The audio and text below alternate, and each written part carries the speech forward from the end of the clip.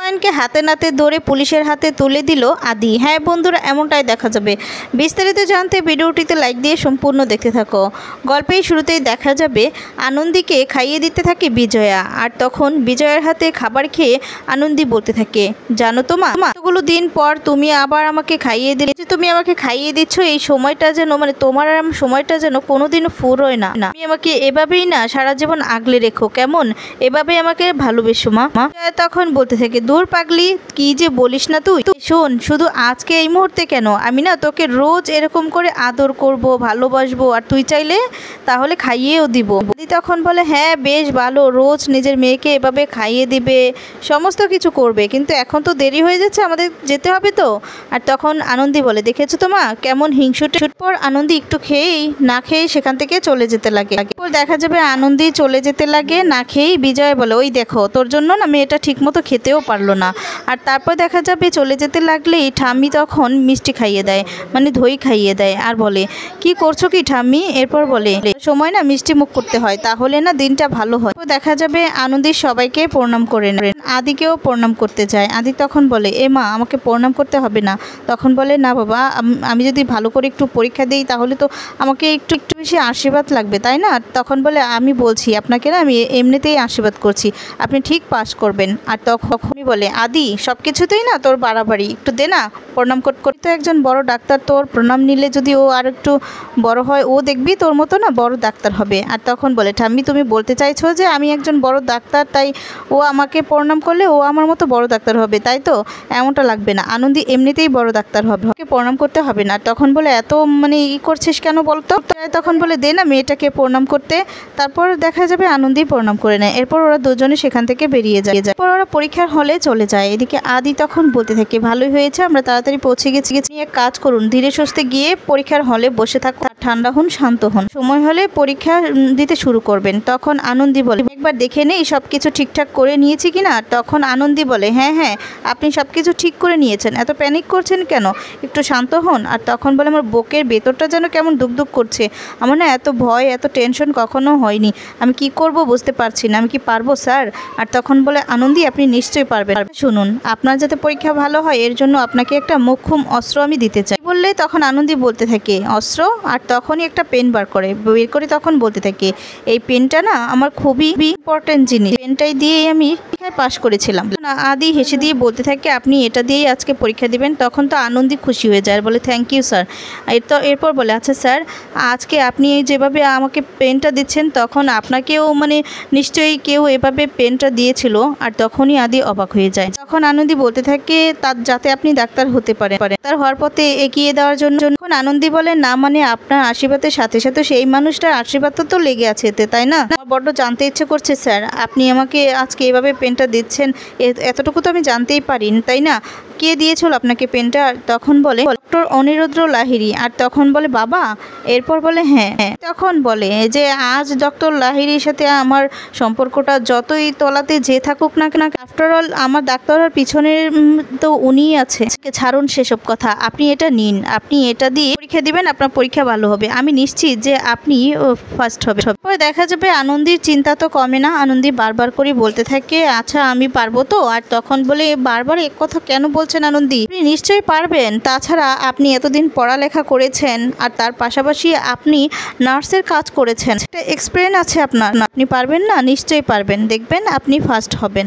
আর তখন আদির কথা একটু ভরসা পায় আনন্দ। তারপর দেখা যাবে বারবার করে আদি বলতে থাকে যে, আপনি যে পাস করবেন আমি এটা নিশ্চিত, আনন্দী ঘোষ পাস করবেই। দেখা যাবে আনন্দী সেখান থেকে যেতে লাগে। আর ঠিক তখনই ছদ্মবেশে সুপায়ন এসে আনন্দীর সাথে ধাক্কা খায়, আর তখনই সেই পেনটা পড়ে যায়। আর তখন সেটাকে পাল্টে দেয় সুপায়ন। আর তারপরে দেখা যাবে আনন্দী সেখান থেকে চলে গেলেই সেই পেনটা হাতে নিয়ে বলতে থাকে, এই তো এবার লাইন লিখবে, আর বুম। এদিকে দেখা যাবে আনন্দী ক্লাসে চলে আসে। আর তখন ক্লাসে এসে জানালা দিয়ে দেখতে পায় যে আদি বাহিরে দাঁড়িয়ে ওয়েট করছে। তখন আদিকে দেখে টাটা দিলে আদি তখন তখন বেস্ট অফ লাক জানায় আর তখন বলে স্যার আমাকে বেস্ট অফ লাক জানায়, মানুষটা এখনো দাঁড়িয়ে আছেন। আনন্দী পরীক্ষাটা মন দিয়ে দিতে হবে, মানুষটা এভাবে আমার জন্য এতটা খাটাখাটনি করলো, ওভাবে দাঁড়িয়ে আছে, মানুষটার মুখটা আমার রাখতেই হবে বলে দেখা যাবে আনন্দী নিজের জায়গায় গিয়ে বসে, সেখানেই সেই পেনটা রেখে দেয়। তারপরে দেখা যাবে আনন্দী তো ভয় পেতে থাকে যে পরীক্ষা শুরু হতেই তো আর কিছুক্ষণ, ভাবা যায় যে স্যার আমার জন্য মানে সবচেয়ে প্রিয় পেনটা দিয়ে দিলেন।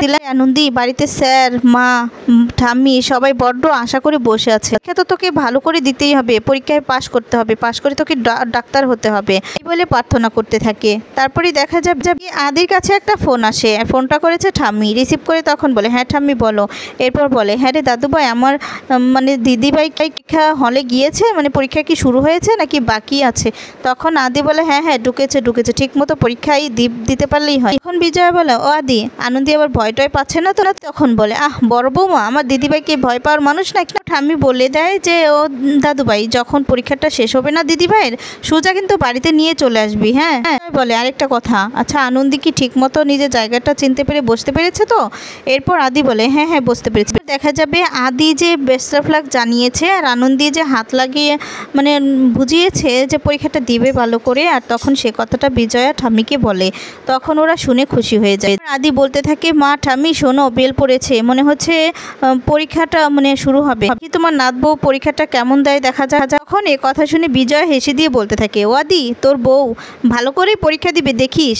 এই কথা শুনে আদি অবাক হয়ে গিয়ে থাকে, এরপর ফোনটা রেখে দেয়। এদিকে দেখা যাবে আড়াল থেকে দেখতে থাকে আর বলে পরীক্ষা তো অনেক আগেই শুরু হয়ে গেছে আনন্দী, এবার রেজাল্টটা বের হবে, এখানে যা করার করে ফেলেছি, এবার বুম বুম বলে হাসতে থাকে। তারপরে দেখা যাবে সুপায়ন বলতে থাকে শুধু আনন্দী নয়, আশেপাশে আরো ছেলে মেয়েরাও মরমর। দেখা যাবে সুপায়ন বলতে থাকে আমার কিছু আর করা থাকবে না।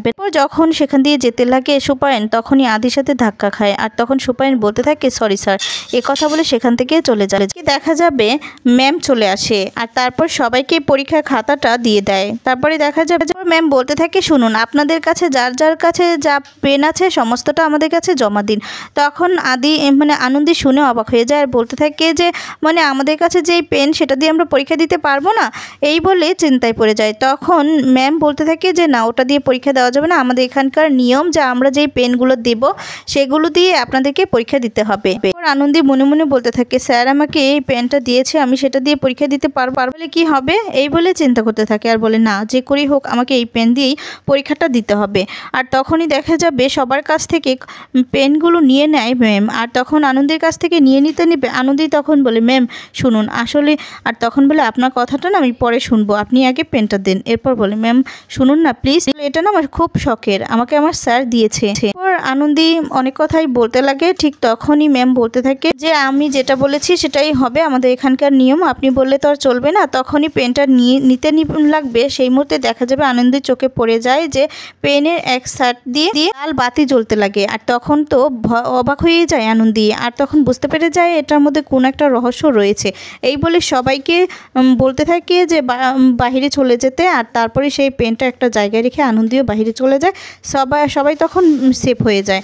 এরপর এদিকে দেখা যাবে যখন আদি বাহিরে দাঁড়িয়ে থাকে ঠিক তখনই ব্লাস্ট হলে আদি তো ছুটে চলে যায় সেখানে আর চিৎকার করতে থাকে আনন্দী এই বলে যখন সেখানে যায় তখন দেখা যাবে আদিকে যেতে দেয় না কেউ, কিন্তু আনন্দীর জন্য অস্থির হয়ে পড়ে আদি। ওদিকে দেখা যাবে জয়া আর ঠাম্মি বলতে থাকে যে মা আমার নাত বউ পরীক্ষা ভালো করে দিবে তো? আর তখন বিজয় বলে হ্যাঁ মা, হ্যাঁ আনন্দী পাস করবে, দেখে নেবেন। আর তখন বলে মা একটু টিভিটা চালান না, আমরা একটু ছবি দেখি, মানে খবর টবর শুনি।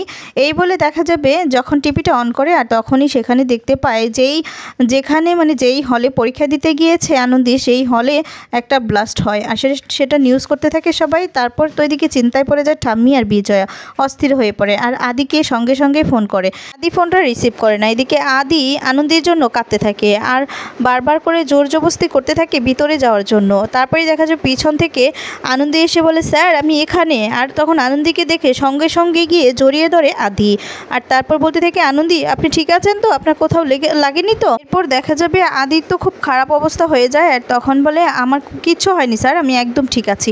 তখনই ম্যাম চলে আসে আর বলে হ্যাঁ উনি ঠিক আছে আর আমরাও ঠিক আছে, আমাদেরও কিচ্ছু হয়নি, উনিই তো আমাদেরকে বাঁচিয়েছে। আর তারপরে দেখা যাবে আদি জিজ্ঞেস করে যে এই ঘটনাটা কি করে হলো, আর তখনই পুরো ঘটনাটা খুলে বলে যে আপনি যে আমাকে পেনটা দিয়েছেন ওটা নাকি এখানকার নিয়ম, সব পেন সবাইকে জমা দিতে হয়।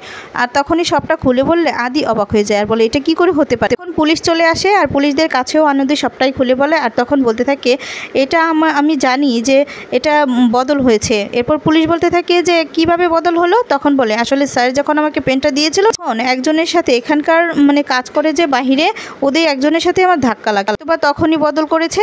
এরপর এই কথা শুনে পুলিশ অফিস ফিরতে থাকে যে পুরো জায়গাটা গেট থেকে সবটা ঘেরো করে ফেলতে, কেউ যেন বাহিরে বের হতে না পারে। এদিকে সুপায়ন সবটাই শুনতে পায়, সুপায়ন তো ভয় পেয়ে যায়। সুপায়ন যখনই চলে যেতে লাগবে একটা পুলিশ দেখে তাকে আটকে ফেলে। যারা যারা কাজ করছিল সবাইকে ডেকে আনে, সবাইকে দেখালে তখন আনন্দী বলে না এদের মধ্যে কেউ নয়। তখনই বলতে থাকে যে অন্য কেউ ছিল। সেই পুলিশটা এসে সুপায়ন নিয়ে এসে বলতে থাকে এইখানে একজন দেখেই তো সঙ্গে সঙ্গে চিনে যায় আর বলতে থাকে যে হ্যাঁ হ্যাঁ এই লোকটির সাথেই তো আমার ধাক্কা লেগে মুখোশ খুলে দেখতে পায়। পুলিশের হাতে তুলে দেয় সুপায়ন।